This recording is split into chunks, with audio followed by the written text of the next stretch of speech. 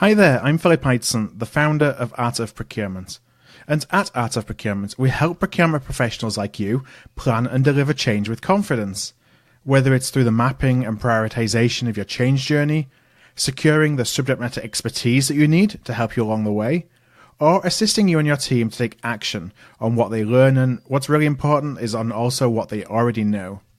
And of course, a big part of what we do is this weekly podcast where we share strategies and tactics that aim to inspire and help elevate your change journey. I want to thank you for joining me today. Let's go straight into the show.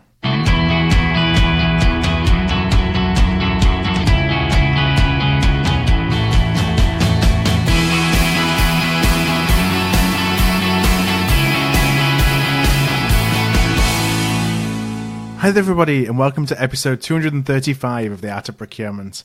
And I'm joined today by Sarah Scudder. And Sarah is the president of the Real Sourcing Network, or RSN, and they're a company that provides clients with print management software. It allows them to manage the print category in-house. And so in our conversation, we discuss a wide range of topics, including healthy risk-taking for the sake of career development, how to make the most of modern procurement events, and print category best practices. Sarah shares her unmatched perspective on this $77 billion US industry and how procurement can leverage technology to get the best total value by combining large dominant players and smaller niche market entrants in this labor-dependent and very capital-intensive space. And so I began our conversation, which was recorded at the SIG Fall Summit back in October of last year, how she first became involved in the print category. Well, Phil, it's an interesting story. I moved to Sonoma County, California, so about an hour north of San Francisco in wine country. And I attended Sonoma State University. I was a double major in business and economics with an emphasis in marketing. And my plan was to go into the fashion industry. Right. I had done some runway modeling in high school, and I wanted to actually go into the business management side and potentially have my own company producing fashion shows one day. So that had been my plan all along. Sonoma County and Sonoma State is definitely not a hub for fashion, so it was kind of an odd pursuit and choice. And I was president of my sorority, Alpha Gamma Delta, my junior year. And my senior year, I had ended my presidency term, and I had volunteered to chair a very, very large fundraising event called Lip Jam. It was a Greek philanthropic event, and all the proceeds went to diabetes. And putting on that event and having a full schedule, I decided I need to get some outside help in regards to coordinating the printed material and logistics for the event. So I found a company called Golden Pacific Systems. They were a local print management firm, and I outsourced all of our print work to them for the event. Promotional items, t-shirts, direct mail, all the marketing materials that went along with making the event a success. And after the event, and after working with them for about 2 or 3 months, they actually offered me a job. Okay. So I'm a senior in high school wanting to go into fashion, and here I am with this opportunity in the print space. So I had no interest in going into the print industry, or so I thought. But you never turn down an opportunity for an interview and to network and meet people. So I went in and met with the owners. It was a very small regional company. And when I left, I realized that I was an entrepreneur at heart and that someday I wanted to have my own business, and what better way to learn how to run a company than working for a small organization where you can learn customer service, ops, billing, purchasing, kind of all the components that you need to have a successful business. I also saw a huge opportunity to implement technology in a very, very traditional industry. Print, especially at that time, was pretty old school. There was not as much technology or youth infused into that category than a lot of the other things happening in the procurement world. So I decided that I was up for the challenge, and I accepted the job. So as soon as I graduated, I started. And my first month or so, I spent time really analyzing and looking at the industry, but also the business model for the company. And I went to the CEO's office with all my data and research and said, I'd like to present some alternative options for the business model. And he agreed. So I spent the first 12 months working with our team to really morph and modify us into more of a technology company in the print space, more as just selling a product based on price. And after that, we had this really good solution. I said, okay, well, I better go out and get some clients. So that's how I started in the print space. And here I am several years later, still in the print industry, more on the software technology side, but still combining my passion for procurement in the print space with the technology piece as well. I want to touch on something about selling, because to come into a small organization, what I imagine was a family organization with a lot of new ideas, but ideas that could present a big risk if they didn't work, because you were suggesting changes to the business model. There's a lot of influencing, persuasion, and selling involved in that. How did you go about making that case and kind of demonstrating that perhaps the risk wasn't as high as what the owner or the managing director would have perceived there to be, and to kind of convince them to change or to try new ideas? Because I think that's a skill within procurement that's so important to us, and one that we sometimes miss. Yeah, I couldn't agree more. I think selling abilities and selling skills are becoming more and more important in procurement every day. And some of the things that I did to help build my case, I did a lot of research and really looked at the market and where the market was at that time and where I thought it was going. So pulling really good statistics and information, looking at the competitive landscape. So what were some of the other thought leaders or more progressive companies doing? And then the personal human touch as well. Talking to people in our space, talking to competitors, and really combining just that gut feeling sometimes. Yeah. So combining all of those three things, I built out my business model and my business case and went in and had a conversation. It wasn't you must do this, you have to do this. It was more of an open dialogue and asking a lot of questions. So when I was meeting with our CEO, I was really trying to get some insight as well about his personal state and where he wanted to be and where he wanted to grow over the next 3 to 5 years. And kind of trying to align then your vision with what he's trying to achieve. Exactly. Now, before we started, you were telling me that this certainly isn't the first time behind a microphone for you. Explain to the listeners a little bit about your radio show. Yes, so I was on a board a few years ago. I'm a big believer in giving back to your industry and to your community as much as possible. I think we're blessed with lots of opportunities, and it's very important to pay it forward and help others, not only motivate them, but elevate their careers as well. And one of the boards that I served on, one of our board members worked for a local radio station. It's called KSRO. And they have several different focuses, many music channels. They have the local radio talk stations, and they didn't have something that touched on career advice. And they felt that there was a big need in the Sonoma County market to provide listeners with an opportunity to be motivated, but and also to get takeaways to further their careers. Yeah. So myself and my best friend who owns a company were approached to host a radio show on Fridays, 12 to 12:30. We were live every week. And it was called Career Conversations. And our goal was to go out and find people in the community that had done incredible things in business. Yep. We had guests who were 70 years old, who when they were 55, the construction industry tanked, and they put themselves through school and completely changed careers and became a CFO. Yeah. We had a lot of people on the station who had used music and their love for music to influence their career in many different industries. So lots of really interesting stories about how people combine their passion, how they dealt with change, and how they built incredible businesses that employ and inspire lots of people in the community. What was, as you think about kind of some of the stories and some of the people that you talked to, you gave a couple of examples there, but I'd love to know if there were any things specifically like that really inspired you that perhaps you weren't expecting as part of doing that radio show, or perhaps tips that the inspiration that you took from talking to these people to actually apply to your own career.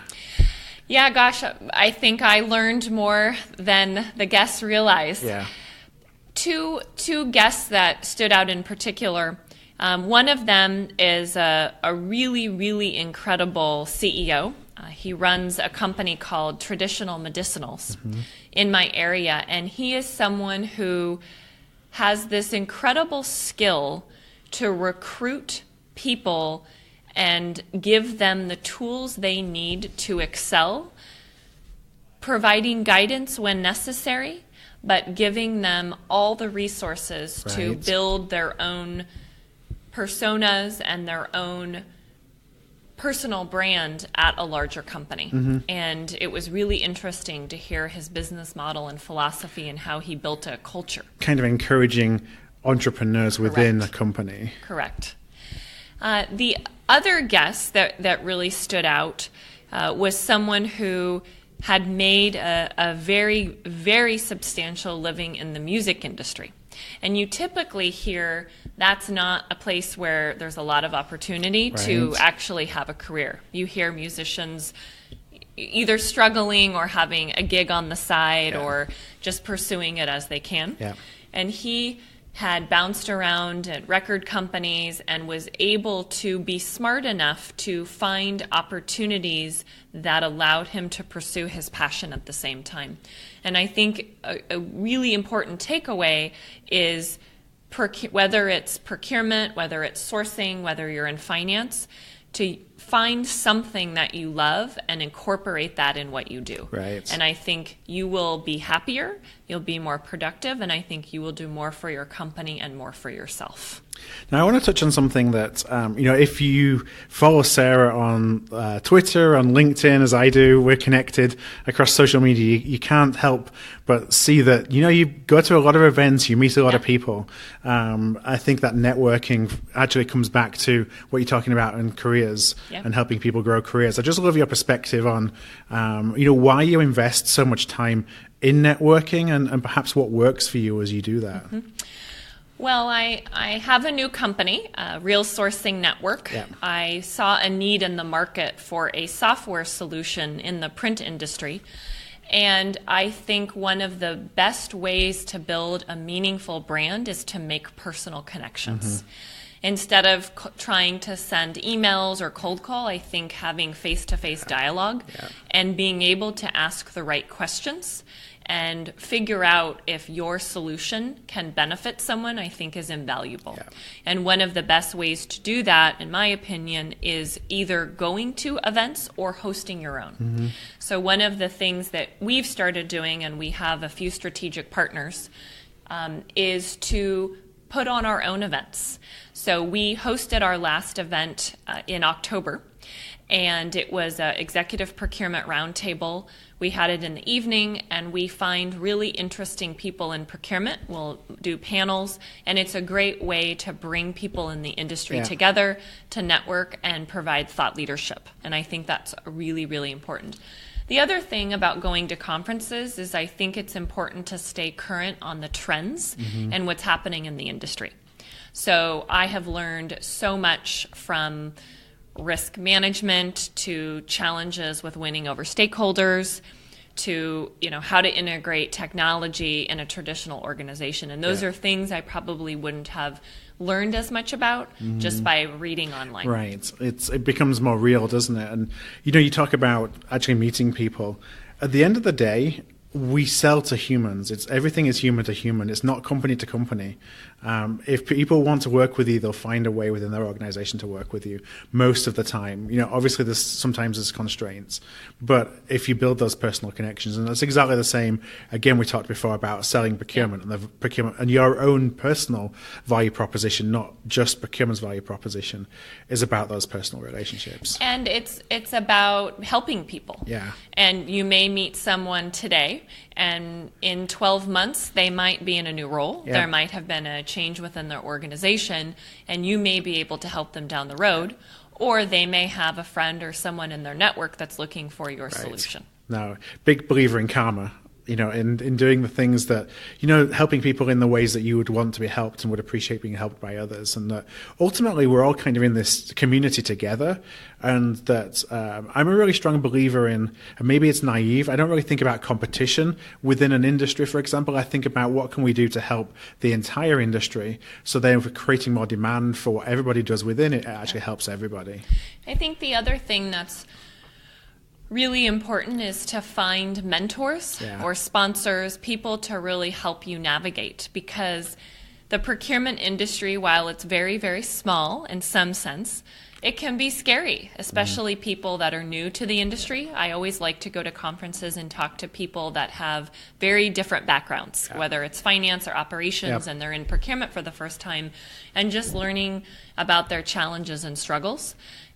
It's very helpful if you have someone guiding you and helping you, making introductions, sending you information, checking in on you. So it's something I personally try to do, and I've always sought out mentors, and I'm lucky to have some incredible mentors in the procurement space. Yeah, it can be very lonely if you don't have that. But also on the flip side, I've found that there are so many people, this is something that's really...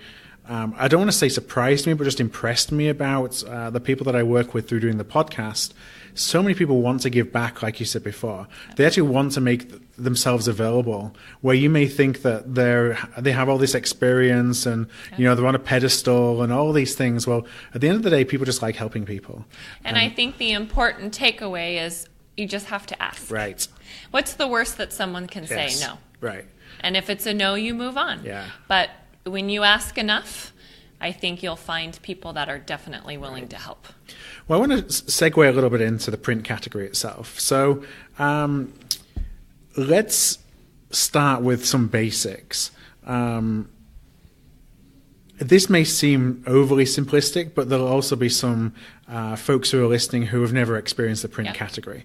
So I just wonder if you could share a little bit about what the print category looks like, kind of where it fits within a marketing perspective, and just really a little bit more about print itself. So print is a $77 billion industry in the United States, and it historically has been an industry that's more traditional and more relationship driven. So you've got a couple major print suppliers that make up the majority of the market. Yep. And then you have a lot of regional or small print vendors or print suppliers that make up the bulk of the companies in the space. Print as a category is very, very broad. It includes marketing materials, forms, labels, packaging, creative services, direct mail. Yeah. So there's a lot of niches within the print space. It's really anything that's logoed or branded would be considered falling in the print space. Now, when you think about the supply market within the print space, does a print shop typically specialize in one of those niches that you talk about, or is it really a generalist kind of category where a supplier will do any element of the print?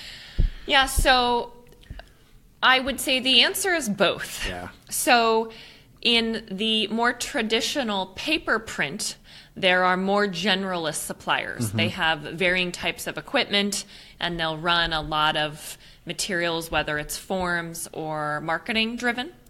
Then you get into some of the more niche categories like labels. Yeah. And there are print suppliers that all they do is labels. It's a very different process, a very different type of equipment and type of material.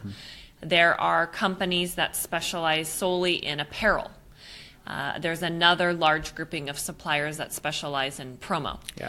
The fastest two growing categories today in print are packaging and labels. Okay. And those two growth spurts are driven, in my opinion, from Alibaba, from eBay, and because of Amazon. Yeah. So you have a lot of more traditional companies selling products where 10 or 15 years ago, a brick and mortar was fine. Yeah. And people came into your store, Yeah. and people... You think of a traditional retailer like a Gap or, just a general... You're shipping 50 of these That's right. items in one box. It's going to the retailer. They're displaying right. them, and now they all need their individual packaging. Yeah. So that's been a big shift in the category. And so there are suppliers solely specializing in packaging and labels. And I would say you've seen an increase in those two areas on the supplier side. And is that more than made up for the decrease that you may see in, for example, direct mail? Yeah, so the two biggest categories that have decreased are books and newspapers. Yeah. And again, we refer to an Amazon, and you look at like a Create Space. Yeah. We know our good friend Joanna Martinez and many others in the industry have recently published books. Yep. And a lot of people use Create Space, and it's an on-demand model, and you're not printing thousands and thousands of copies from a publisher. So while those have significantly decreased, you see a huge increase in labels and packaging, and so far it's actually been somewhat of a wash from a spend perspective, from a broad scope.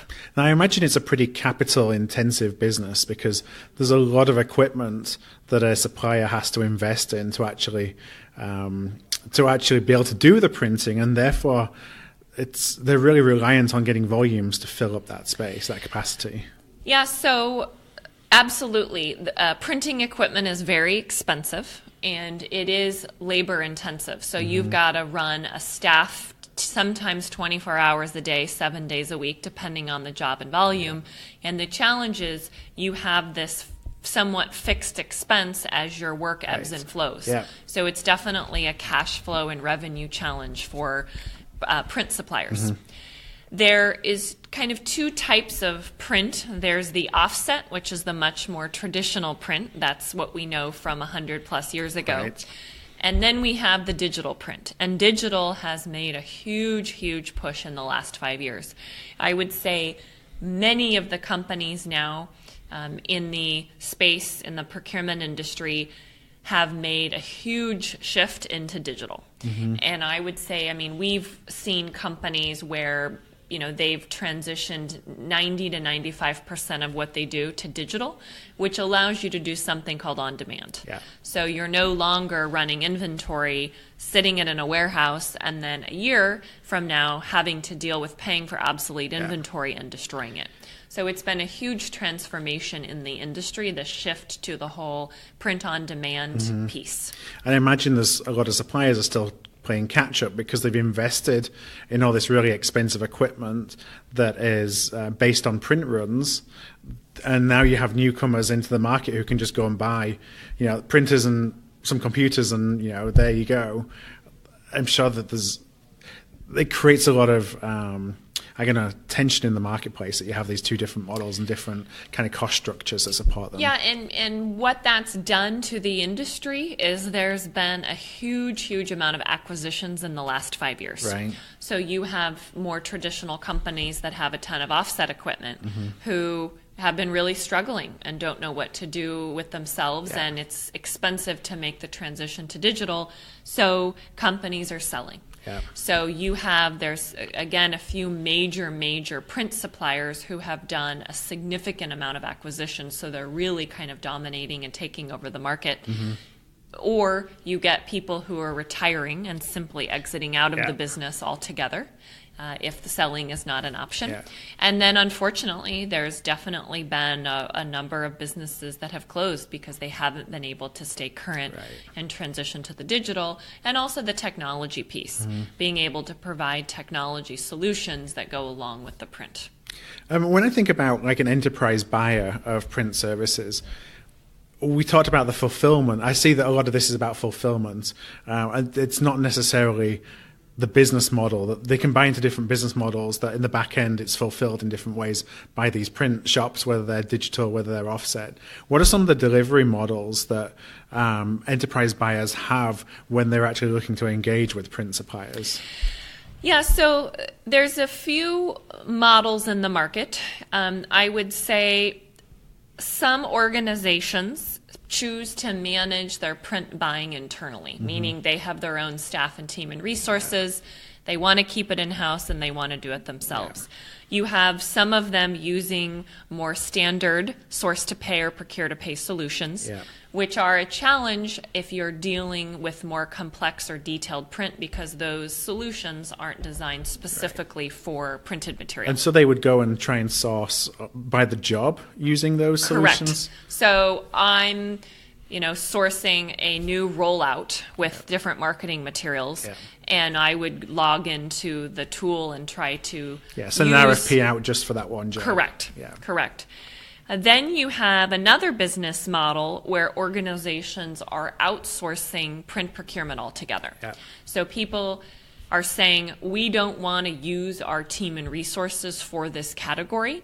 It's not important enough for us. We'd rather free up our team's time to focus on more strategic categories, and then they'll work with an outsourced print management firm. And there are organizations in the industry, and that's what they specialize. They'll staff people on site, or they'll manage the buying remotely. Right. So often if it's on site, they'll actually transition the same people who were in their own print shop to the outsourced provider, but rebadging them essentially. Correct. And then you've got another business model, which is kind of the software model, where you have buyers in-house and you want to keep them managing the category, but they need to be more efficient and drive more savings. And then you look at software solutions that allow the team to manage the category and manage the buying more efficiently themselves internally. From a larger program perspective, there's really kind of two types of ways that people manage print projects. There's the one-offs, where things come up throughout the year. Marketing, operations, HR has a new rollout. Healthcare is a big category where there's always new regulations and materials that need to be produced and distributed to the end user or customer. And those are things where they happen once, you produce them, you ship them, and you're done. And then you've got more catalog programs where companies, whether it's a franchised organization, a bank that has multiple branches throughout the United States, an insurance company that's got agents or brokers throughout, and they need more of a catalog solution. So contract pricing is set up, and it allows the end user to go in and order more day-to-day type items off a program or catalog price. Okay. As you think about pricing models, I'm taking a very basic example here just because it's what I use in my business. You transition from where you used to go and buy lots of ink cartridges and pay a fortune for the ink cartridges. Now you still pay a fortune, but you do it by page. And so, and they just ship me new ink cartridges every 6 months, and I don't need to worry about going and spending $150 in one time. Are the pricing models changing as well in the print space, where it's going less about what you use and more about kind of trying to make it more of a subscription model? Yeah, I would say absolutely. So one of the biggest factors in the pricing model change is inventory. So companies used to have substantial amounts of inventory, which would really affect potentially the bottom line of the organization depending on their spend. So they would run significant amounts of product and either own the inventory up front, or the supplier would own it and do a bill of ship. But then 3 months, 6 months in, if that product's not moving, the client is going in and having a significant bill or invoice to pay for this inventory. That has really transitioned more with the print-on-demand model, where you just pay for it as you need it. Very common in the category is also, again, I mentioned before, contractor rate card pricing, where you're going to buy X amount of postcards or brochures over a year, but you don't want to buy them all at once. So you can go out and do a competitive bid and then lock in that pricing for a certain amount of time. The challenge with that recently has been the cost of paper. Right. There's been a big increase in the raw material and manufacturing costs for paper, which have had a big impact on companies that have a large print spend. Mm-hmm. Now I want to talk a little bit about, so you at Real Sourcing, I'm going to edit that. Real Sourcing Network. Yes, that's what I was going to say, and then I stopped myself. I was right. like, is that really what it is? You can say RSN too. Yeah, so let me just make a note at the time. 27. In fact, let me, Sarah.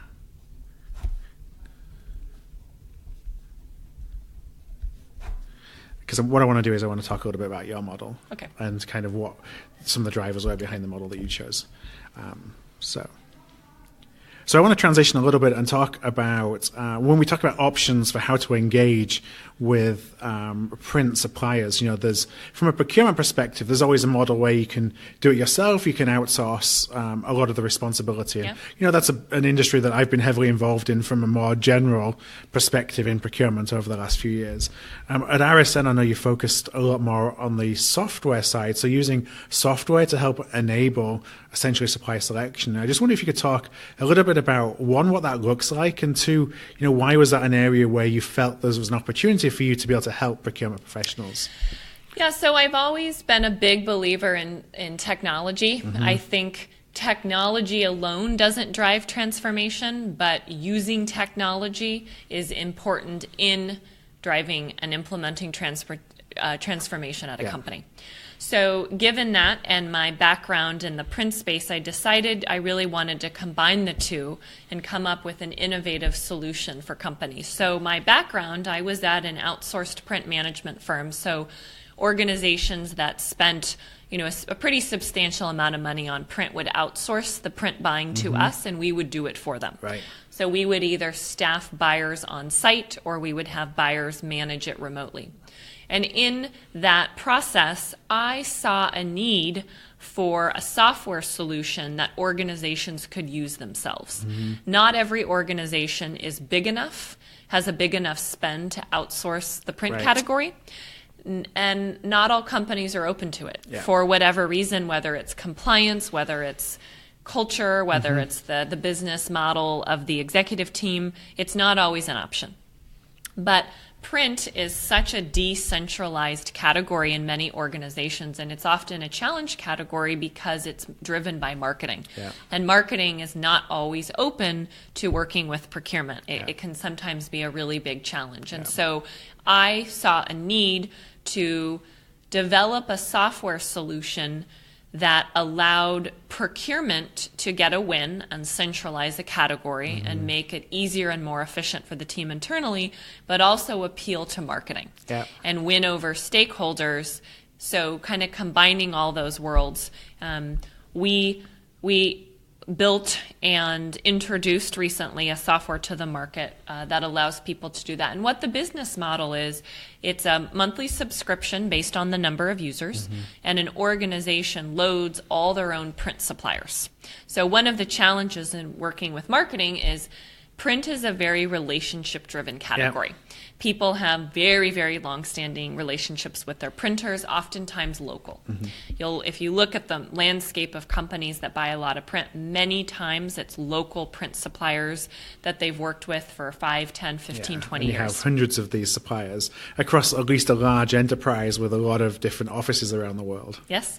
So knowing that is a big challenge and something that procurement teams are going to have to overcome. Our tool was built to allow companies to set up and load all their own print suppliers.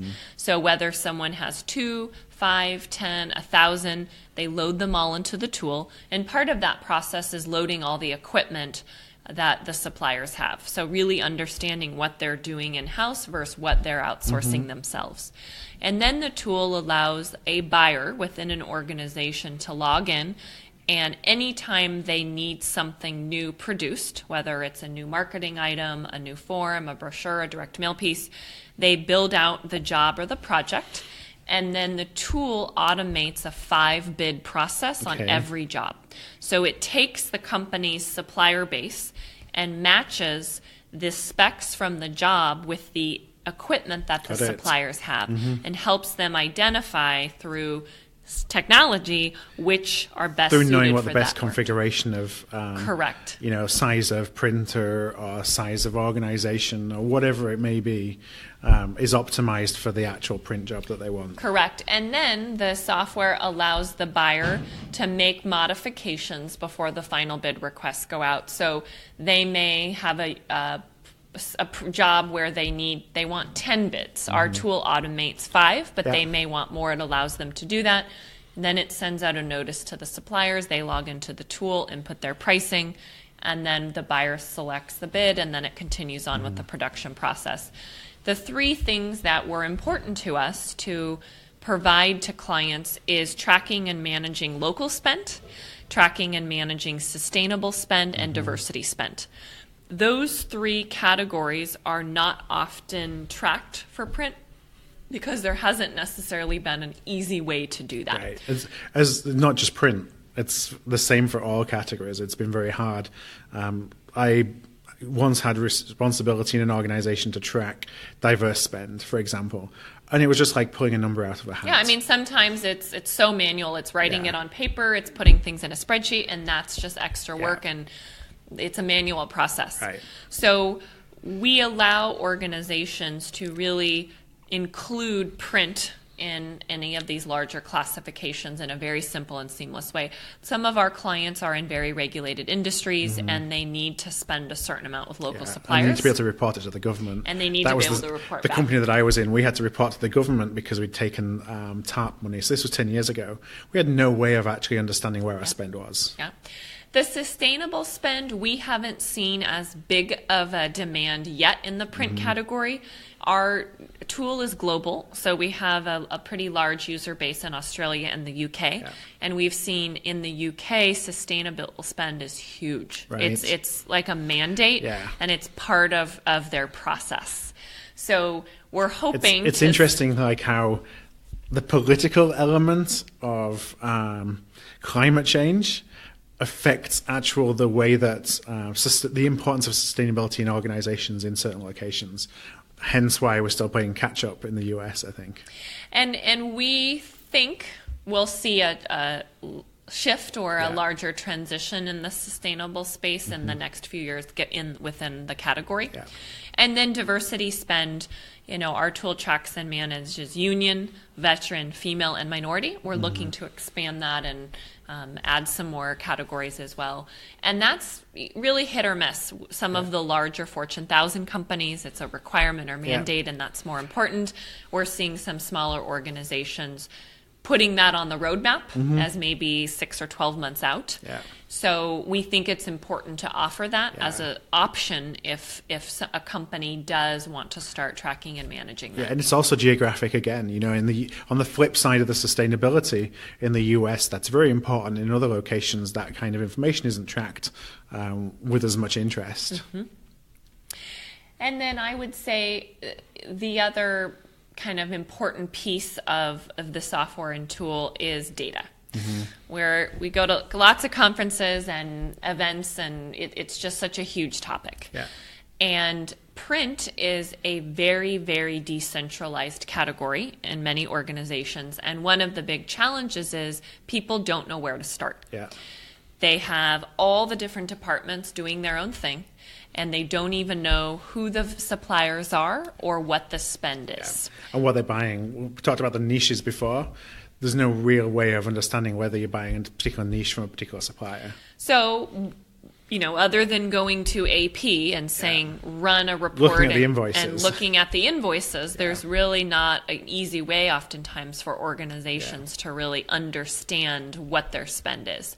So having a software solution that not only manages the bidding and procurement piece of it, but also gives the visibility and insight into the spend and data, we feel is really, really important to companies. So we have many online live reports in many different categories. Also tracking supplier performance is part of our tool. So it lets you know how your print suppliers are performing over time with several metrics. And then, of course, the savings metric, where value is important, but still, this day and age, savings is the ROI. people are measured on savings. So we feel it's very important in our tool to provide a savings metric. So we actually capture and track the savings on every single job. So our formula, we take the difference between the bids selected and the average of the 4 other bids. Okay. Some organizations have their own way. Yeah, I'm sure some, whether you can claim cost avoidance, whether it's Yep. hard savings, whether there's a baseline, all that goes into the calculation. So depending we on the will, if companies have their own formulas, we're happy to configure and use those. One of the questions we always get is, well, why don't you just load all of our current pricing and compare it against the actual? Well, in print, most print jobs change. So what you ran last time is not what you're producing this time. Yeah. So your specs and quantities change, therefore you can't compare it to It's the harder historical. to baseline. Right. So we always coach and talk with buyers about that because we feel it's very important to have accurate, measurable data. And how much of an influence do external factors like the price of paper have on your print costs? So it's something that's not necessarily controllable.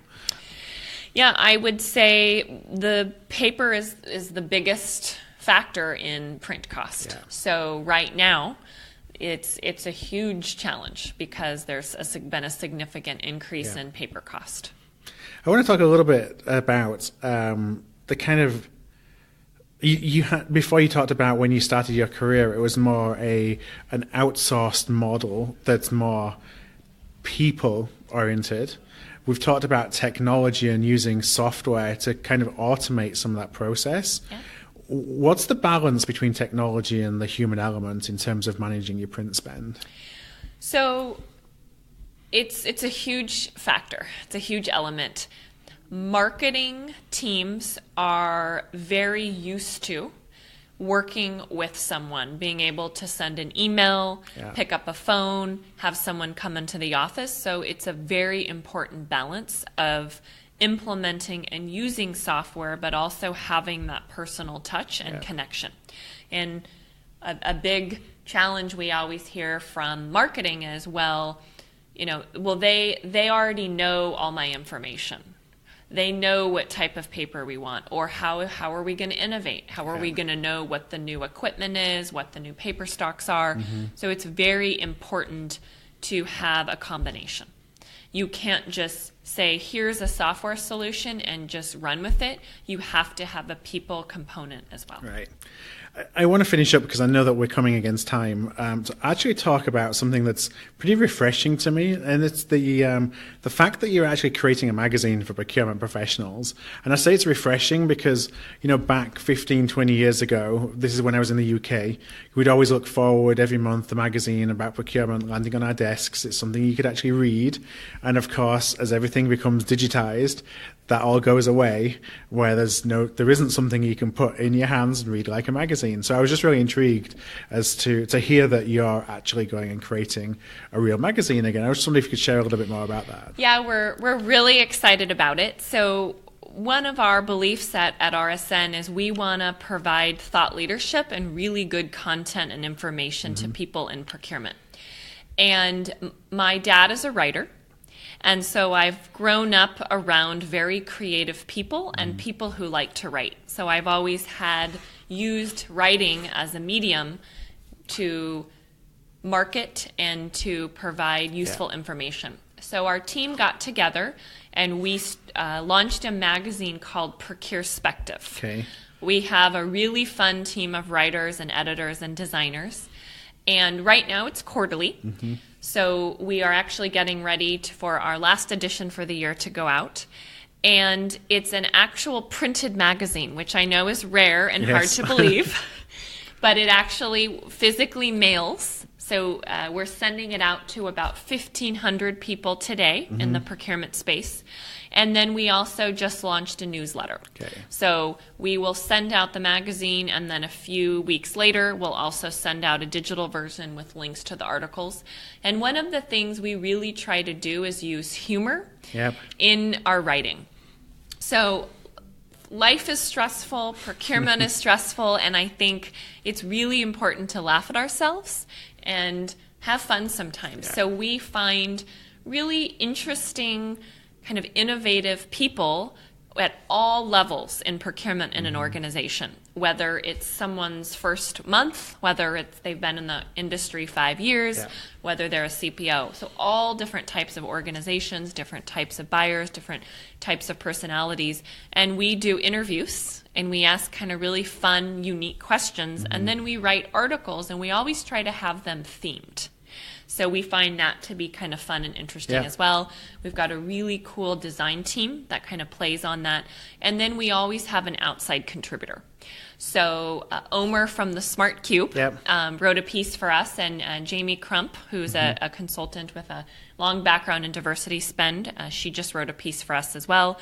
And so we really like to also include outside experts to promote and talk about thought leadership and things that are important to them. No, it's I've seen a couple of copies of that you've put out there, a couple of the, I want to say episodes, but that's me in my podcast world. But I look forward to continue to see that, because I think it's great to actually see something a little bit. It's funny to say a magazine is something a little bit different, isn't it? Given the fact that, for I don't know how many decades, that was the de facto way of communicating. I know, and given that we're in the print world, we figured we should actually print and send something to people. Right. Well, where can listeners go if they're actually interested in finding a little bit more about that? So if you go to our website, rsnetwork.com, and click on the magazine tab, it will bring you directly to our magazine.